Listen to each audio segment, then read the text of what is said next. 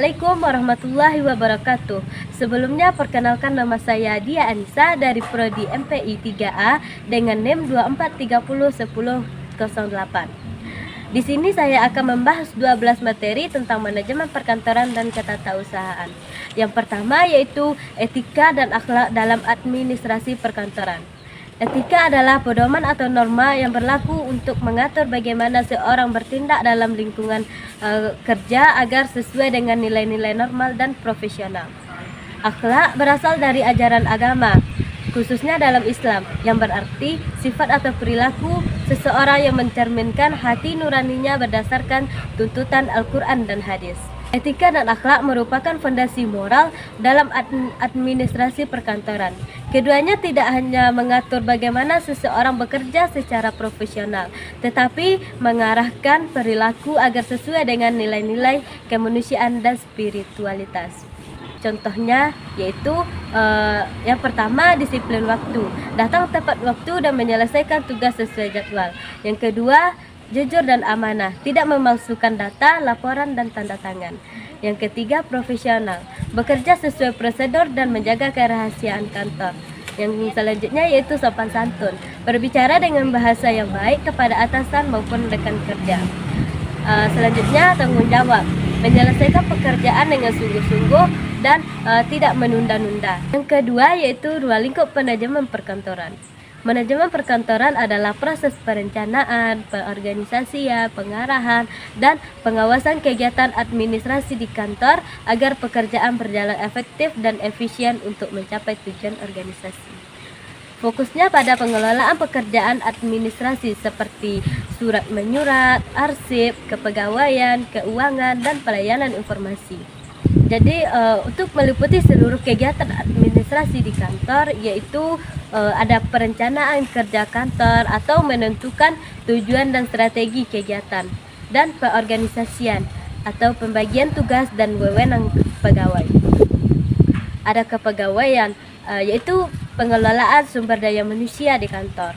Ada pengelolaan sarana dan prasarana seperti peralatan, ruang, dan teknologi. Dan ada keuangan dan pembiayaan. Selanjutnya ada pengawasan dan evaluasi terhadap pelaksanaan pekerjaan. Jadi intinya manajemen perkantoran mengatur seluruh kegiatan administrasi agar berjalan tertib, efisien, dan produktif. Yang ketiga yaitu fungsi-fungsi manajemen dalam konteks perkantoran. Yang pertama ada perencanaan atau planning, menetapkan tujuan, strategi, dan langkah-langkah kegiatan agar kegiatan kantor berjalan terarah dan efisien. Yang kedua ada perorganisasian atau organizing, yaitu membagi tugas, menetapkan wewenang, dan mengatur struktur kerja pegawai agar koordinasi berjalan baik. Dan yang ketiga ada pengarahan atau actuating, yaitu memotivasi, membimbing, dan mengarahkan pegawai agar bekerja sesuai rencana dan mencapai target. Yang keempat ada pengawasan atau controlling, yaitu memantau dan menilai pelaksana kerja untuk memastikan hasil sesuai standar dan memperbaiki kekurangan.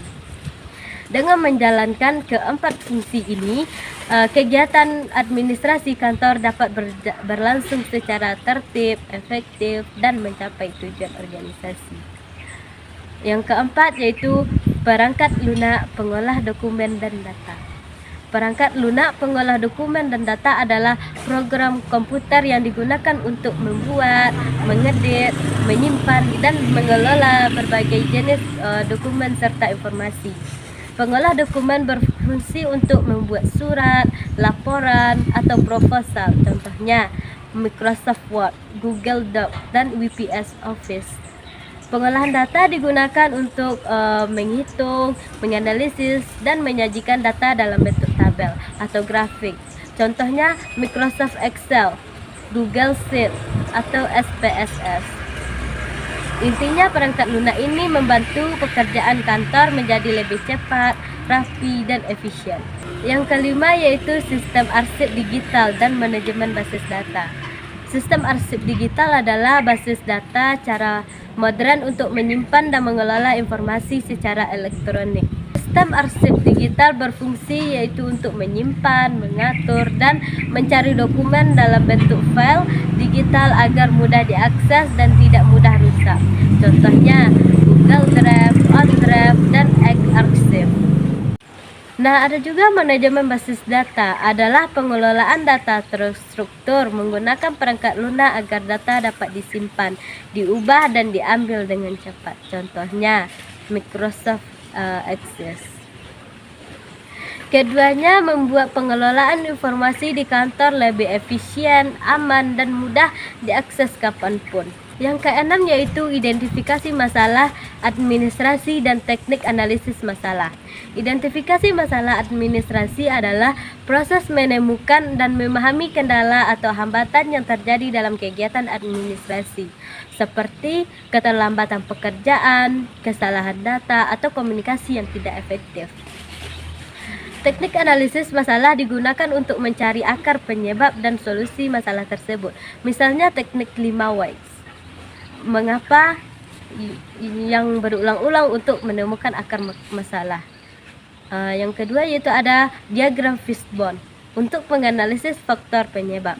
Dan yang ketiga ada observasi dan wawancara untuk mengumpulkan data nyata di lapangan.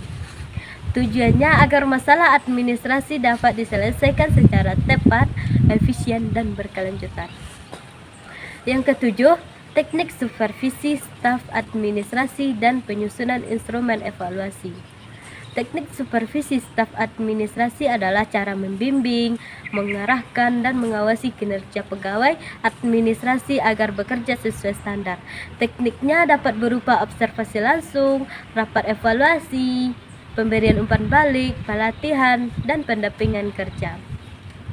Penyusunan instrumen evaluasi adalah proses membuat alat untuk menilai kinerja staf seperti lembar penilaian, kuesioner, atau checklist yang membuat aspek disiplin, ketelitian, tanggung jawab, dan kerjasama.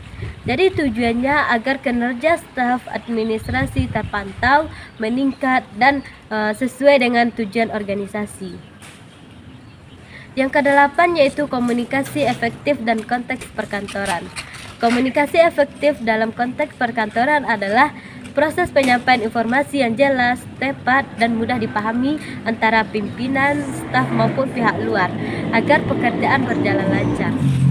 Komunikasi efektif ditandai dengan pesan yang jelas, sikap saling menghargai, penggunaan bahasa yang sopan, serta adanya umpan balik yang baik. Jadi tujuannya yaitu untuk menciptakan kerjasama, menghindari kesalahpahaman, dan meningkatkan produktivitas kantor. Yang kesembilan yaitu korespondensi resmi dan etika berkomunikasi. Korespondensi resmi adalah kegiatan menyusun dan mengirim surat atau dokumen tertulis yang digunakan untuk kepentingan dinas atau organisasi, seperti surat pemberitahuan, permohonan, dan laporan. Ciri utamanya yaitu bahasa baku, format jelas, dan sesuai dengan tujuan. Etika berkomunikasi dalam korespondensi berarti menyampaikan pesan dengan sopan, jujur, dan profesional, menjaga kerahasiaan, serta menggunakan bahasa yang santun dan tidak menyinggung pihak lain.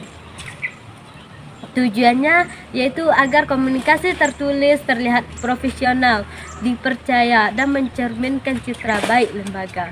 Yang ke-10 yaitu ada perencanaan, kebutuhan sumber daya manusia dan sarana prasarana. Perencanaan kebutuhan sumber daya manusia dan sarana dan prasarana adalah proses menentukan jumlah, jenis, dan kualitas pegawai serta fasilitas yang dibutuhkan untuk mendukung kegiatan kantor. Tujuannya yaitu agar tenaga kerja tersedia sesuai keahlian dan sarana prasarana mencukupi serta fungsi optimal. Dengan perencanaan yang baik, kegiatan kantor dapat berjalan secara efektif, efisien, dan mencapai tujuan organisasi. Yang ke-11 yaitu ada penganggaran dan alokasi sumber daya kantor. Penganggaran dan alokasi sumber daya kantor adalah proses merencanakan, menentukan, dan membagi penggunaan dana, tenaga, serta fasilitas agar kegiatan kantor berjalan secara lancar. Penganggaran memastikan setiap kebutuhan memiliki biaya yang jelas. Sedangkan alokasi sumber daya memastikan penggunaannya tepat sasaran, efisien, dan sesuai prioritas. Tujuannya yaitu untuk mendukung operasional kantor yang efektif dan transparan. Yang ke-12 yaitu tren teknologi terkini dalam manajemen perkantoran. Tren teknologi terkini dalam manajemen perkantoran meliputi penggunaan sistem digital dan otomatisasi untuk meningkatkan efisiensi kerja. Contohnya, cloud computing untuk menyimpan dan berbagi data online, serta aplikasi kolaborasi seperti Google Workspace dan Microsoft Teams. Dan ada juga contohnya yaitu AI dan otomatisasi, yaitu untuk mengolah data dan menjadwalkan tugas. Dan ada juga e-office, yaitu untuk administrasi tanpa kertas. Tujuannya yaitu agar kegiatan perkantoran menjadi lebih cepat, efisien, dan mudah diakses di mana saja. Mungkin sekian penjelasan atau pembahasan saya dalam manajemen perkantoran dan ketatausahaan pada kali ini. Sekian dari saya. Wassalamualaikum warahmatullahi wabarakatuh.